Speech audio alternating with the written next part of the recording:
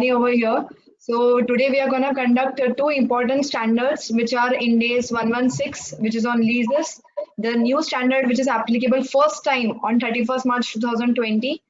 After that we will discuss Ind AS 12, income taxes, again a very important standard. In the previous 2 days, we have conducted various standards, we have covered various standards. So we had covered introduction, asset related standards, Ind AS 16, Ind AS 24, related parties, Ind AS 38, intangible assets, Ind AS 40, investment property. So these are all the standards that we covered. We also covered Ind AS 108 on operating segments. We also covered Ind AS 20, that was on government grants. So I hope you understood and enjoyed all these Ind AS sessions and you're well versed with these topics which we covered in the previous 2 days. I also tried to address all the queries that were raised.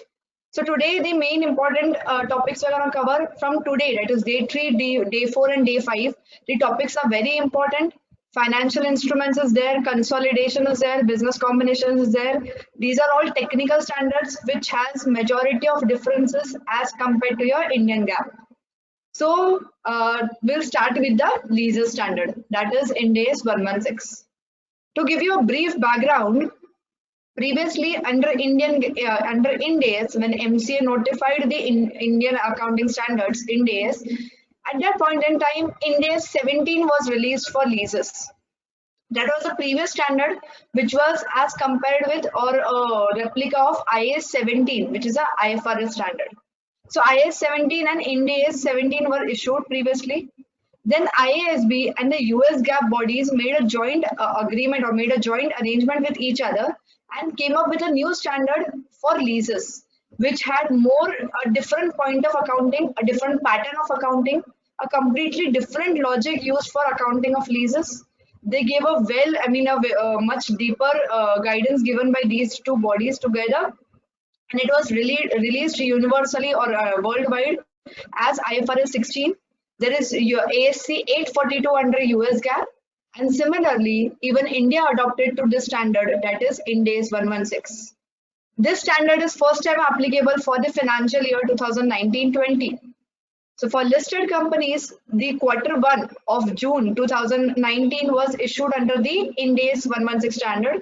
And on 31st March 2020 will be the first complete financial year under Ind AS 116, which will be published by all the Ind AS applicant companies.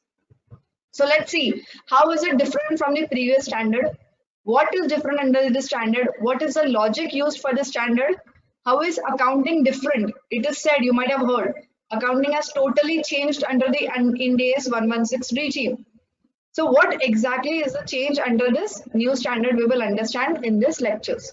So we'll divide the entire standard into 3-4 parts. So firstly, we will understand what is the definition of lease under this new standard, and what all types of leases are getting covered under this new standard. Then once we understand what is the definition of lease, we will understand how to account for the lease. You might have heard we require the recognition of right of use asset. You might have heard through newspapers or some update messages or whatever you might have received. So what is this right of use asset, we will understand. What is the lease liability, we will understand. And thereafter we'll also understand what are the new disclosure and the presentation requirements under Ind AS 116. So moving ahead to the definition of lease. Before I go to the technical definition of lease, I would like to give you some examples over the situations that we usually come across in your normal companies, in your normal audit scenarios. So I hope everybody is able to see my Excel sheet also in front of you. For example, my first example, there is Infosys Limited, a software company. Infosys Limited has hired XYZ Logistics. XYZ Logistics is doing what? XYZ Logistics is giving buses for the travel of employees. So Infosys has taken buses from XYZ Logistics, and on yearly basis, Infosys pays certain amount to XYZ Logistics for providing buses for commutation of the employees. Now, what are the details? Infosys mandates the XYZ Logistics that the buses that Infosys selects, for example, Infosys has still selected 10 buses. These buses should be used by Infosys only. Infosys, the name of Infosys should be printed and painted on the buses, along with the head, the managing director, the CF of the company's images of those persons should be printed on the buses. Second, the buses should address all the shifts of the Infosys. You cannot replace one bus with another bus without any kind of reasons. If the buses are not getting used during any of the shift, these buses shall be in the premise of the Infosys and shall not be used for any other purposes. So, in normal basis, how was Infosys accounting for these kind of contract? Under Indian GAAP, Infosys was purely recording the expenditure paid for buses as commutation expenses in the P&L and was debiting the expenditure account on monthly basis or yearly basis. So whatever was a rental charged by XYZ Logistics for the commutation, it was just getting debited to the travel and commutation account, and yearly it was getting expensed out. Now, this is the first example. Just keep in mind the example. Now we will understand what is the definition of the lease. Under this new standard, that is Ind AS 116, the definition of lease has completely changed its focus to the control of the asset. So whoever is controlling the asset should be recognized in their books. Who has the right to use the asset is determined under 116. They have given criteria how to define whether a particular asset is under a lease asset or it is not a lease asset. So it has more wider definition. We'll understand what is the definition under the lease. The definition as per the standard, I'll just tell you what it is as per the technical norms, and then again we'll understand by way of an example. The definition says, or Ind AS 116 says that there should be two criteria. The first criteria is there should be an identified asset, and the second criteria is the customer should control the use of the asset. What does this mean? There should be an identified asset means what? The person giving the asset does not have substantive rights to substitute the asset. To simplify it, you cannot easily replace that asset with some other asset. The asset is purely identified in the contract and it is not easily replaceable. It is not easily substitutable by any other asset. So it is an identified asset in the contract. Second condition is customer, the user of the asset, is controlling the use of the asset. What does mean? How will you identify whether the customer is controlling the use of the asset or not? The customer is receiving substantially all the economic benefits from the asset. So more than 90%, or I would say 100%, more than 90% of the benefits are received by the customer. There is no threshold given in the standard, obviously, but substantially all the benefits are getting received by the customer. And customer is directing the use of the asset.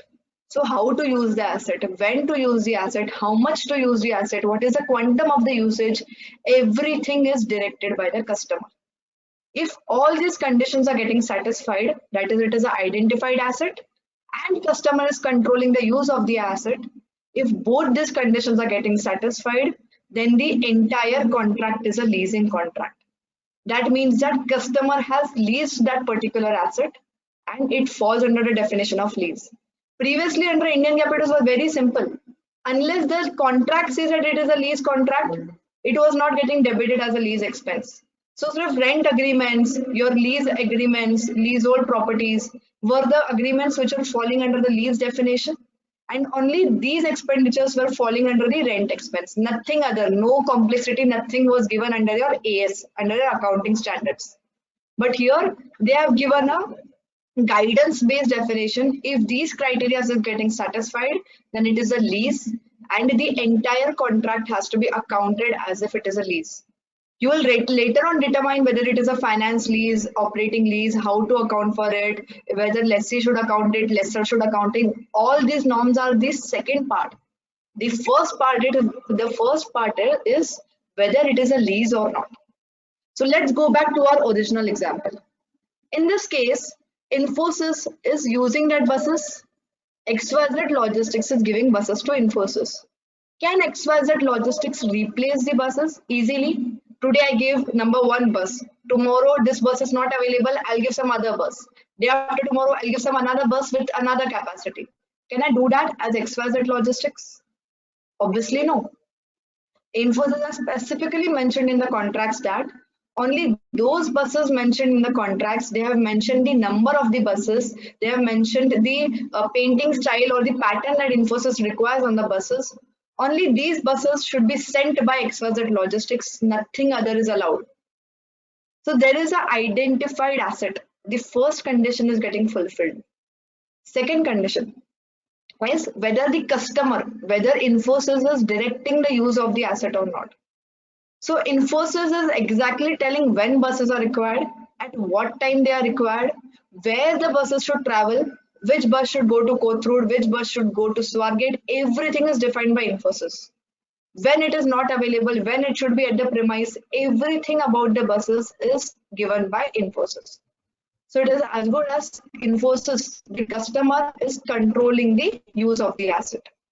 So this entire arrangement, even though the agreement does not say as a specified lease arrangement, this entire arrangement satisfies the definition of lease and it is a leasing arrangement.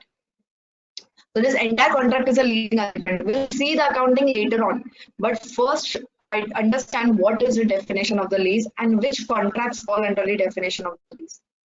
What will be the impact? Just let's understand on a brief basis. Suppose this entire contract is of 5 years, this entire contract is of 10 years. Then it might also be a finance lease. The life of the buses is generally 10 years, 9 to 10 years, and I'm having a contract of 10 years. It might fall under finance lease. We'll cover it later on, but I'm just giving you a hint what kind of impact it can change. Moving on to the next example. There is a company called as Tata Steel.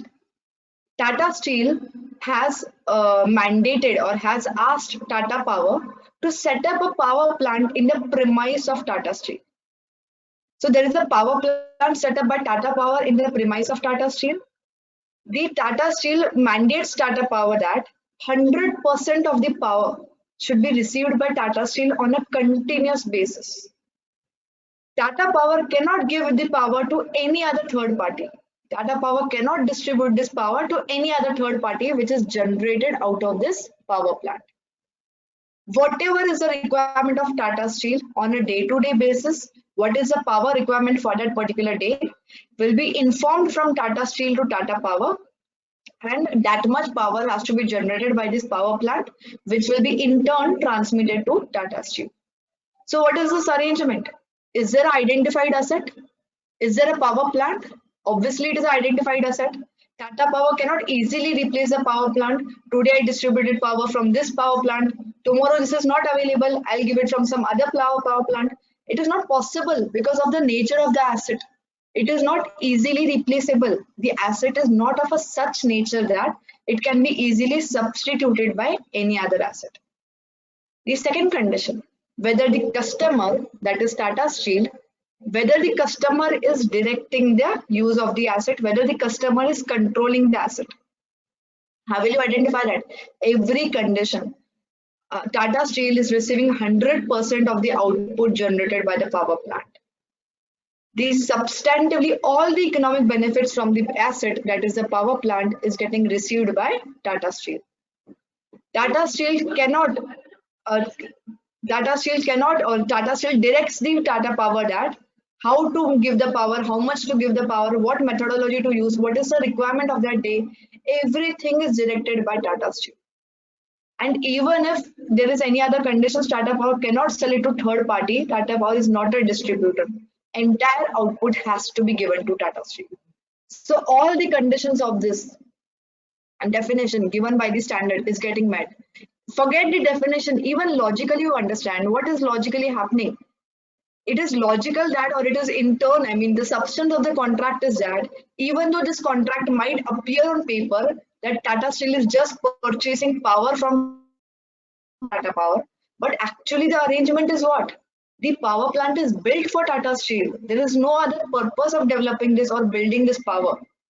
There is no other purpose. So eventually, if all the benefits of power plant are getting received by Tata Steel, then what is this arrangement? Eventually, Tata Steel is not just purchasing the power units. Tata Steel is eventually leasing the entire power plant for its own purpose. So this is the second example.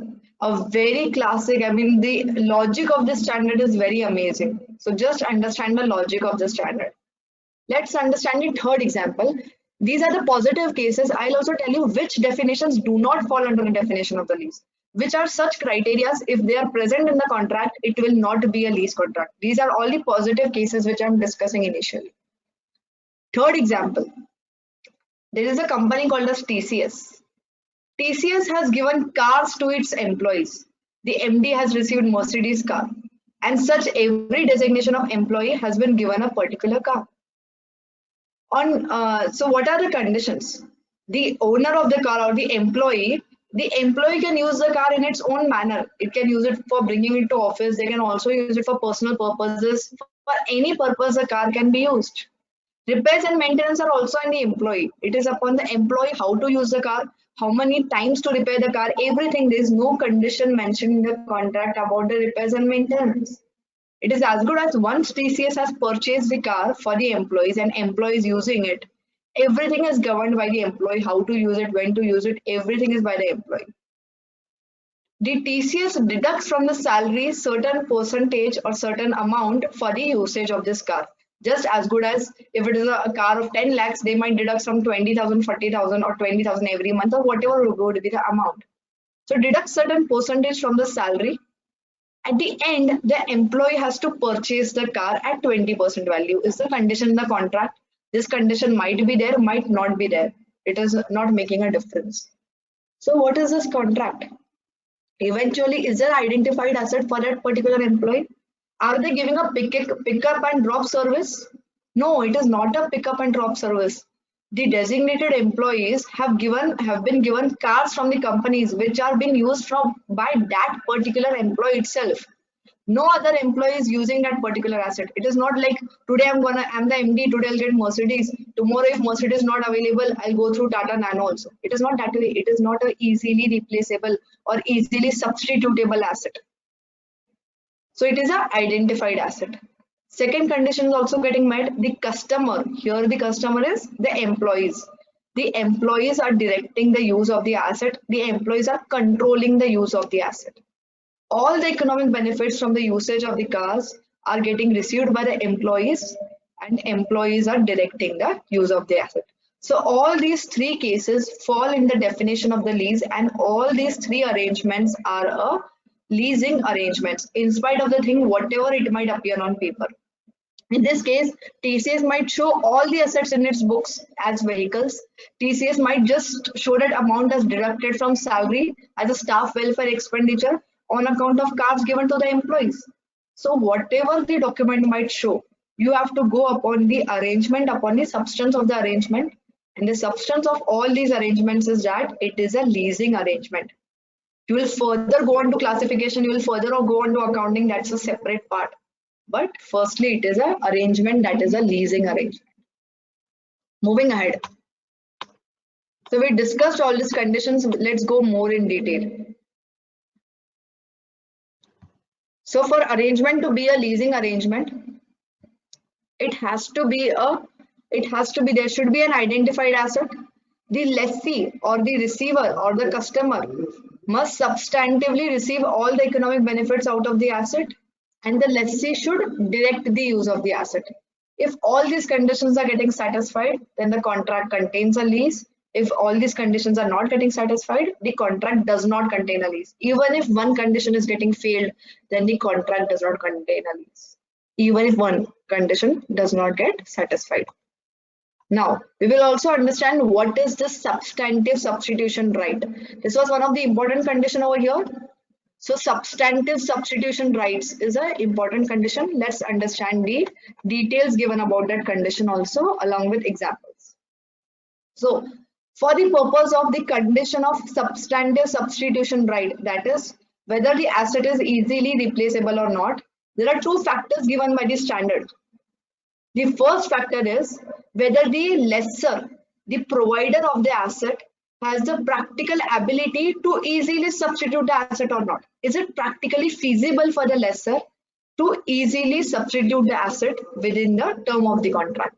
So in our example of Tata Power, can the nature of power plant itself is such that Even if Tata Power may wish, he cannot easily substitute the asset. In that premise, there are not various power plants.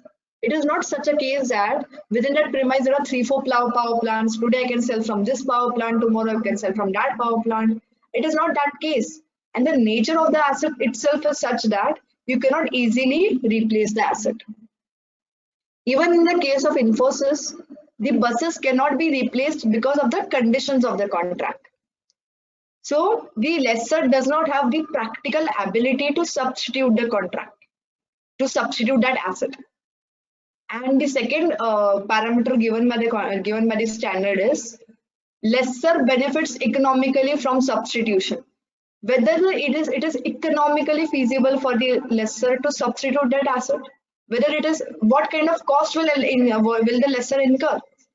In case of the power plant, the cost itself of substituting the asset is so much that it is not economically also feasible for the lessor to substitute that asset. So these are the two parameters given by the contract, given by the standard, to identify whether the asset is substitutable or it is not substitutable. So if these parameters are getting fulfilled, you can conclude that the substantive substitution rights are not available with the lessor, and the definition of lease is getting satisfied. Moving ahead with the example that we discussed, now I'll tell you how a particular condition will not be satisfied. What are such conditions, or what are such examples? If they're not satisfied, then it is not a leasing arrangement. Let's go into the negative part now, which are not a leasing arrangement. For example, in a previous case, I'll just continue with our original examples. If Infosys had mentioned a condition that you just give me buses of certain capacities. So each bus should have a capacity of 40 employees, 50 employees. And you can give me any particular bus. Just I'm concerned that I should receive a bus at 7 a.m. in the morning. So XYZ Logistics can give any bus if it satisfied the particular capacity. There is no identified asset. Today I can give X bus, tomorrow I can give some other Y bus. So the condition in the contract is not specified to a particular bus, but the condition is specified to capacity. Capacity can be fulfilled by any number of buses. So in those cases, there is no identified asset in the contract. Since there is no identified asset in the contract, in that cases, the arrangement does not contain a lease because the first condition itself is not getting fulfilled. And this example is very practical example. Any corporates have such kind of arrangement. Your own companies who might be having pick and drop services through buses might be having this arrangements. So you can go back to your offices or go back to your clients and see whether the contracts are really containing lease or what kind of contracts are they into. Second example of Tata Steel. If Tata Steel would have said that you can give me the power, you can also sell this power to third parties. You can also distribute this power through certain Maharashtra distribution authorities. You can sell it to me also, or you can sell it to third parties also. So in that case, am I as a Tata Steel receiving substantially all the economic benefits of the asset? No.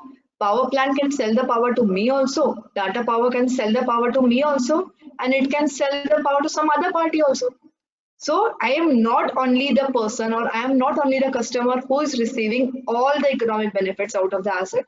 Therefore, the second condition under the second part, that is whether the customer is receiving all the economic benefits out of the asset, is not getting fulfilled, and the arrangement is not a leasing arrangement because the conditions are not getting fulfilled. Now let's go back to our slide example. There is a unit, again it's the same as the Tata Power example. There is a prohibition, there is no prohibition to sell the output to other customers. Since there is no prohibition, the manufacturer can sell the output to any other customers, and accordingly the condition of substantially receiving all the economic benefits is not getting fulfilled, and the arrangement is not a leasing arrangement.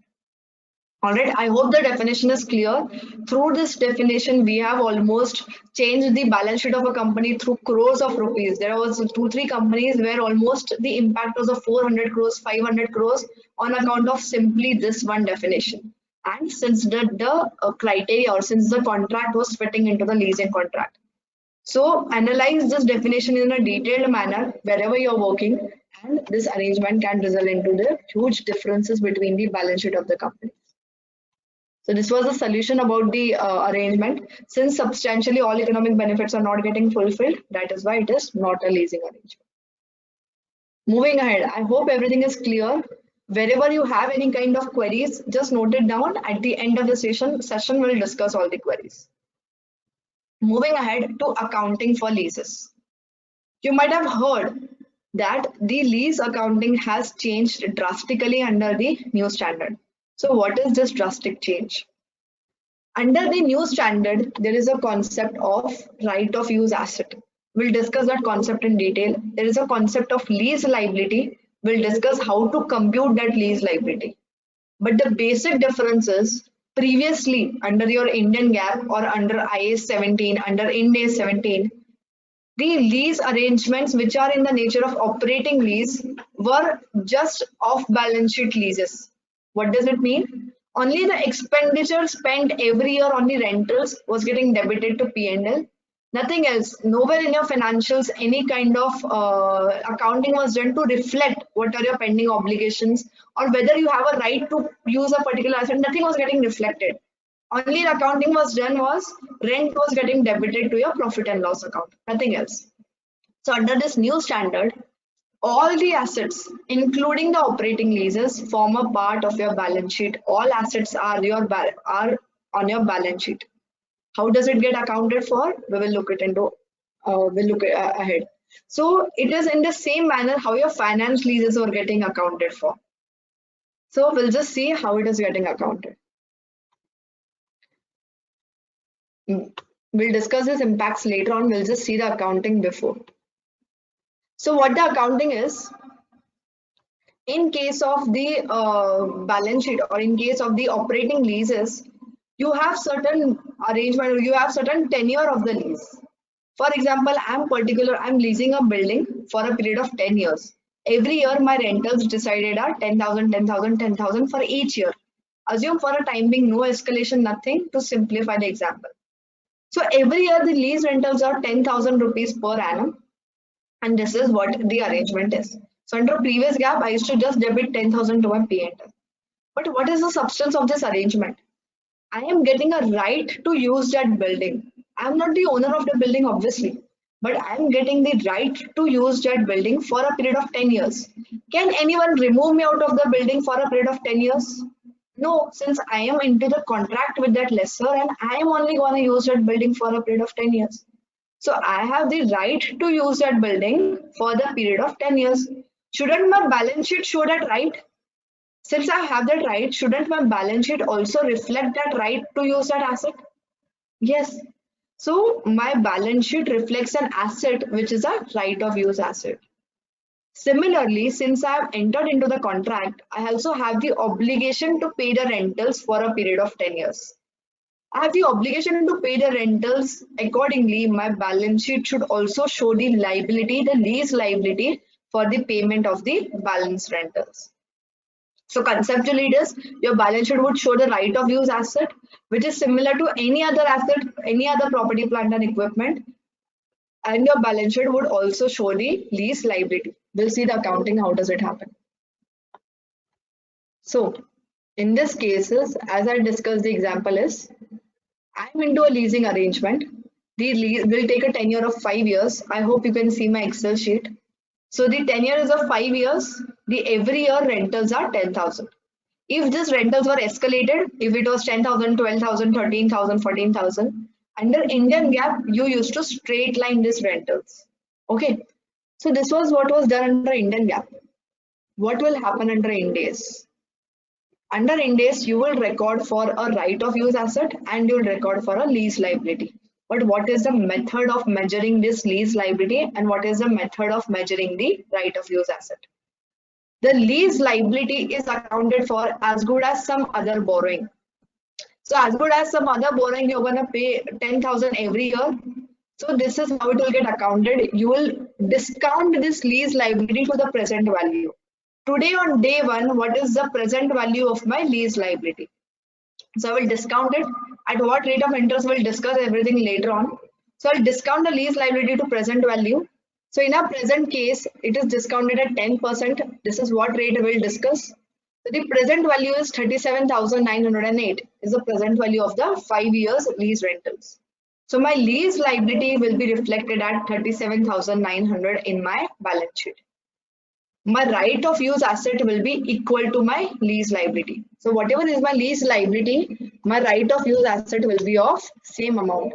So my accounting entry that would be passed on day one would be right of use asset account debit by 37,900 to lease liability. So you have an asset in your balance sheet and you have a liability in your balance sheet by the same amount of the present value of lease liability. So everything is getting reflected appropriately. Your balance sheet is heavier in assets also and it is heavier in liabilities also. What will happen here in after? Right of use asset is nothing but some other, as good as it is some other property, plant and equipment. What do you do? How do you amortize or how do you depreciate some other property, plant and equipment? Based on the useful life over the tenure of the, over the useful life of the asset. Similarly, even the right of use asset will be depreciated over the tenure of the lease term. It will be depreciated over the tenure of the lease term over the period. It might be straight line basis, it might be WDV basis. That depends upon your method of selection of depreciation. So right of use asset would be depreciated over the period. What will happen to the lease liability? Lease liability will be bought to its original liability amount by unwinding of discount. We understood this concept yesterday also in case of government loans, which was at nil rated or concessional loans. So this unwinding of discount concept will come repetitive times in the Ind AS or under IFRS. This will come in financial instruments, it will come in government grants, it will come in borrowing cost, it will come in this leases standard. So unwinding of discount is nothing but the amount for which you had present valued it over a period, you have to take that value to its future value. So जो amount का आपने discounting किया था, it will reach to its actual value over the period by using the future value concept. Nothing, it is as good as some borrowing loan accounting, how do you do, or some FD interest accounting, how do you do. So over the period, I will future value these amounts which was present valued on day one, and on this basis, I will debit the finance cost or I'll debit the interest cost that is computed on the lease liability. So what will come in my P&L? So always remember that lease liability should always be zeroed at end. Whenever you will compute the present value table, as I had discussed yesterday also, at that point in time itself, you compute the unwinding of discount table also. If there is anything wrong, if the discount table is not reaching to zero, you have made certain computation mistakes and there is some error in your calculation. So what will go into your P&L under the new leases standard? There will be no rent expenditure that will go into a P&L. Only the interest cost that was computed under this table of unwinding of discount. Only the interest cost on finance liability will be debited under finance cost, and depreciation of right of use asset will be debited under the depreciation head. So year on year, what will be your impact on P&L? So as you can see in my Excel sheet, the impact on P&L on year 1, year 2, year 3, year 4, year 5 is the interest and depreciation. Depreciation I've assumed on a straight line basis and the interest as per the computation on the lease liability. So as you can see the total, you might realize that in the initial years of the lease, the expenses are front loaded. What does it mean? You have heavier expenses in your P&L in the initial years of leases and you have lesser expenses in the later or in the end of the lease term. So expenses heavy on the initial years and lesser on the end years or on the last years of the contract. Compared with, I have mentioned a comparison also with Indian GAAP. In Indian GAAP, the rent expenditure used to appear on a straight line basis in your profit and loss. So every year, the 10,000 rentals was getting debited to your P&L, and every year the P&L was neutral on the amounts or was having the equal amounts. If you might have followed the straight line basis accounting. The straight line basis accounting was not, or under Ind AS, you had a criteria under Ind AS 17, the previous standard, you had a criteria to measure this escalation with the inflation rate. Only if the escalation is above the inflation rate, you are using the straight line accounting. But under Indian GAAP, you had pure concept of straight lining the lease rentals and nothing, no relevance of inflation rate was there. So if you're comparing Ind AS 17 with Ind AS 116, not every company might have straight line the lease rentals. Just to give you a background about Ind AS 17 also. So if you might see under this Ind AS 116, it is a front loading of the expenditure. Total expense would obviously be the same. Even in case of Ind AS 116, the total expenditure over the tenure of the lease term is 50,000 itself.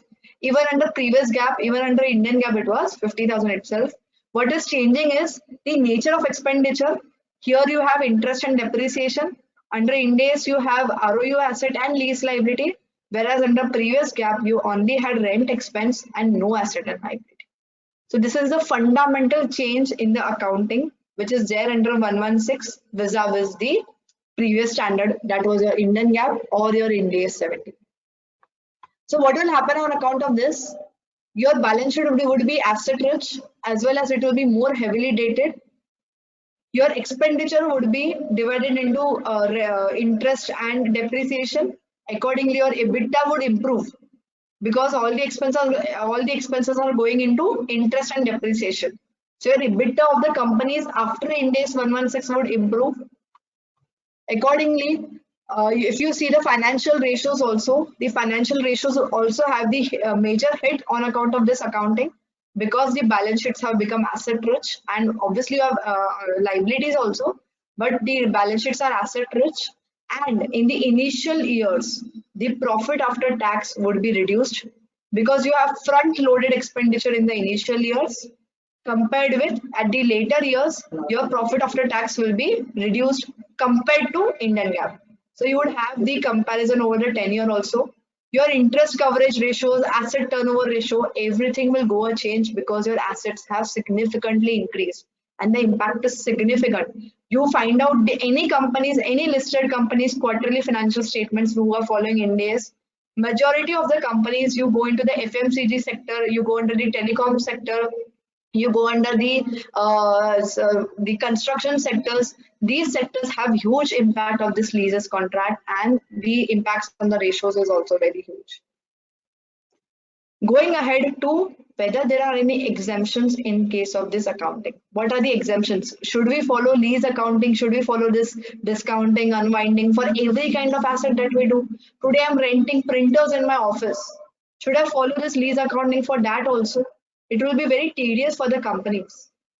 So there are exemptions given under the standard is, if there is a lease which is lesser than 12 months, then it is a short-term lease and you have an optional exemption. It is an option, it is not a mandatory thing. You have an optional exemption of not following the lease accounting for such short-term leases if it is lesser than 12 months. If the tenure of the lease is lesser than 12 months, then you might not follow the lease accounting for such kind of assets. And if it is a low value item, now low value item is a concept of materiality. Every company might have a different materiality limits for its low value items. There is no threshold given. There is threshold given under US GAAP, but that is not applicable to the Ind AS companies.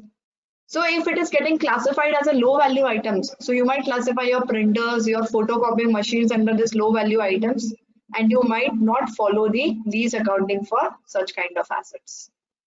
Let's go into the further detail. There are various details involved under the standard. It is not as simple as it is appearing right now. You have definitions of lease term, you have definitions of lease liability also, you have further additions to right of use asset, you have decommissioning liabilities, you have sales and lease back, you have the subsidy, I'll discuss that in detail later on, in the upcoming slides. So there are various complications also involved in this standard. We can cover the limited complications right now, but if you go on to reading the standard in a detailed manner, you will understand the complexities involved in the standard. So I'll discuss the lease liability. It is a present value of lease rentals. So this lease rentals include your periodic lease rentals. At the end, if you might have given certain residual value guarantee, it includes such amounts also into your cash flow. At the end, if you might have been given certain purchase option, and it is very much certain that you will exercise the purchase option, the lease liability would include such purchase option also. There are parameters given under the standard, but all should be included in the measurement of the lease liability. So all these, so in short, wherever there is a cash flow involved through the company, it should be a part of the lease liability. Now you would ask, at what rate to discount this present value? At what rate should you discount this lease liability? So there are two parameters given under this standard. If there is an implicit rate of interest mentioned in the lease contract, you don't know at what value the lessor has purchased the contract. You cannot compute the implicit rate of return on your own. Implicit rate of return is nothing but IRR. So if there is an implicit rate of interest mentioned in the contract, you will use that implicit rate.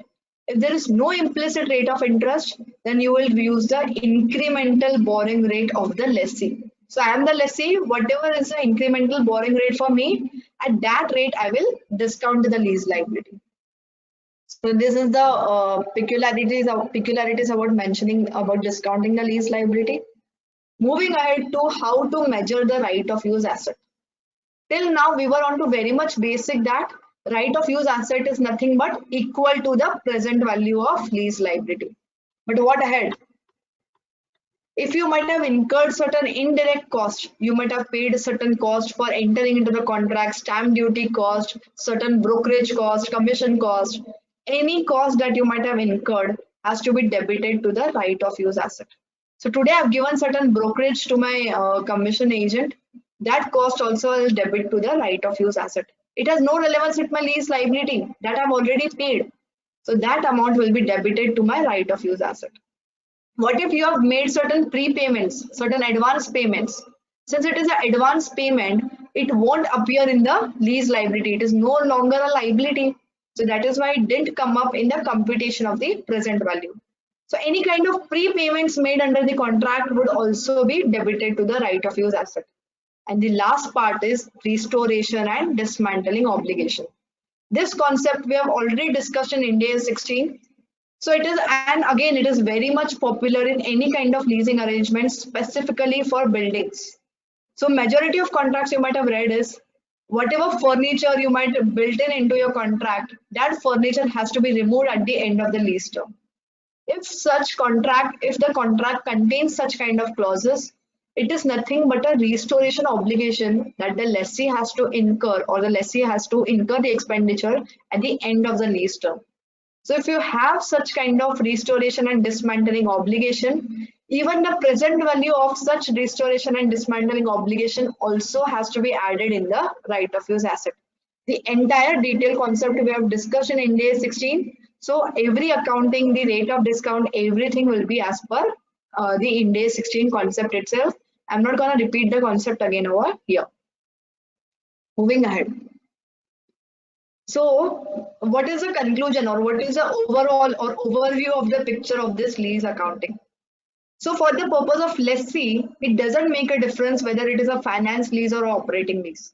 The classification test itself is removed for the lessee, because even if it is a finance lease, I used to make the same accounting previously also in your Indian GAAP. Now, even if it is an operating lease, I have the same accounting. So without any difference, with no difference, irrespective of whatever classification it makes, the accounting for a lessee is same. So you don't have to classify the lease into operating or finance lease for the purpose of lessee. Once you conclude that it is a lease, you have to follow this right of use accounting. For the purpose of lessor, still the definition of finance lease, still the classification of finance lease and operating lease exist. So lessor accounting has not undergone any change or any significant change in Ind AS 116. That is why we are not also going to cover in detail over here. So lessor accounting, the manner in which it was under Indian GAAP, exactly the same as there under Ind AS. What does it? I'll just cover it in brief. If it is a finance lease, lessor used to de-recognize the asset from its books of account, and that asset was appearing in the books of lessee. Whereas if it is an operating lease, the asset was appearing in the books of lessor, and the lessor used to collect the lease rentals. In this case also, lessor is not going to de-recognize the asset if it is an operating lease, and lessor is going to just recognize the income for the lease rentals. So understand what is happening now. In case of operating lease, lessor is also showing the asset in its books of accounts. Lessee is also showing the asset in the books of accounts. So this model or this accounting standards lacks consistency. There is no mirror accounting what is happening. Previously, there used to be a mirror accounting. If lessor is having asset in its books, lessee used to not have assets in its books. If lessee is not having assets in its books, only then the lessor was having the asset in its books. So there was a mirror accounting what used to happen. Whereas in the Ind AS 116, there is no mirror accounting what is happening and the standard is lacking consistency. But obviously there are other merits of this accounting. And this is the overview of the entire the accounting what is given under 116. Further, I would just give you a short definition of lease term also because this has a significant impact. What does a lease term mean according to the standard? Lease term means a non-cancelable period. So if your contract is of 10 years and you have a non-cancelable period of 3 years, then only the 3 years period will form a part of your lease term and all the discounting you will make over the period of 3 years only. You will not make the discounting over a period of 10 years. So I'll write it in an Excel sheet. So for example, if it is a non-cancelable contract. So if it is a non-cancelable, whatever is a non-cancelable period, only that period will form a part of your lease term. Now let's go on to the further complexities. Now, for example, the contract is having a period of 10 years, and in a period of 10 years, lessor can cancel the contract after 3 years any point in time, and lessee can never cancel the contract on its own. So lessee does not have the right to cancel the contract, but lessor can cancel the contract after 3 years if this is the term of the contract. What to do in that case? If I am the lessee and I do not have the right to cancel the contract, what does it mean? For me, the entire obligation mentioned in the lease contract is my obligation on day one itself. So for me as a lessee, the tenure of the contract is 10 years and I will do all the discounting for a period of 10 years because I do not have the right to cancel the contract. Third case, what if it is other way around? Lessee has a right to cancel the contract after 3 years, but lessor does not have the right to cancel the contract. What will happen in such cases? In such cases, you will decide as a lessee, you will decide what is probable. Are you gonna cancel the contract after 3 years or are you not gonna cancel the contract after 3 years? So you will see what is the probability, and according to the probability of the contract, you will decide whether the tenure is 10 years or whether the tenure is 3 years. We'll take another classic case.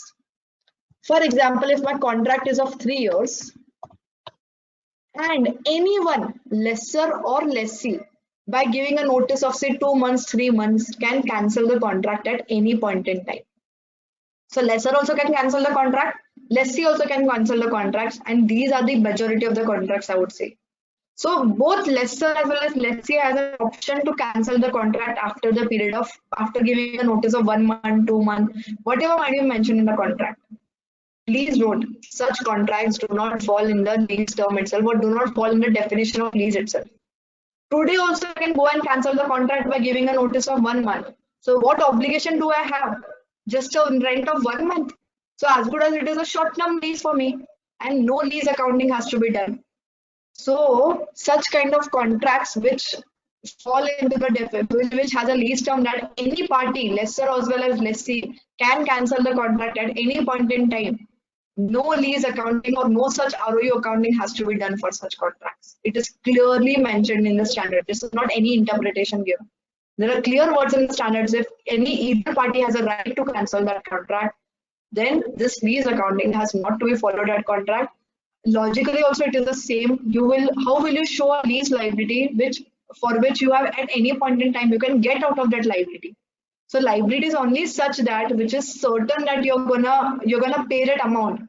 So over here, if there is no certainty involved, even the lessor can cancel at any point in time, then where is the certainty involved? Even as an asset, where is the certainty involved? How can you say that I have a right to use that asset for a period of 3 years? What if the lessor cancels the contract after 6 months? So that is why this right of use accounting and the lease liability accounting has not to be followed if either party has a right to cancel the contract. So these are the main important terms. I guess you would have understood everything in a detailed manner. I've covered every concept which is relevant and which is used in a majority cases in a very detailed manner. The other cases of the standard such as sales and leaseback is a very rarely used concept, and only such rare principles are yet to be discussed, but that is a very rare scenario. And for any further clarification required, you can obviously raise a query. So going further, if you're transiting from your previous gap, that might be either your Indian gap or your Ind AS 17 to the Ind AS 116, what are the options given under the standard? In that cases, what are the methods given under standard for transition? So first obvious case is you have a full retrospective approach. What does it mean?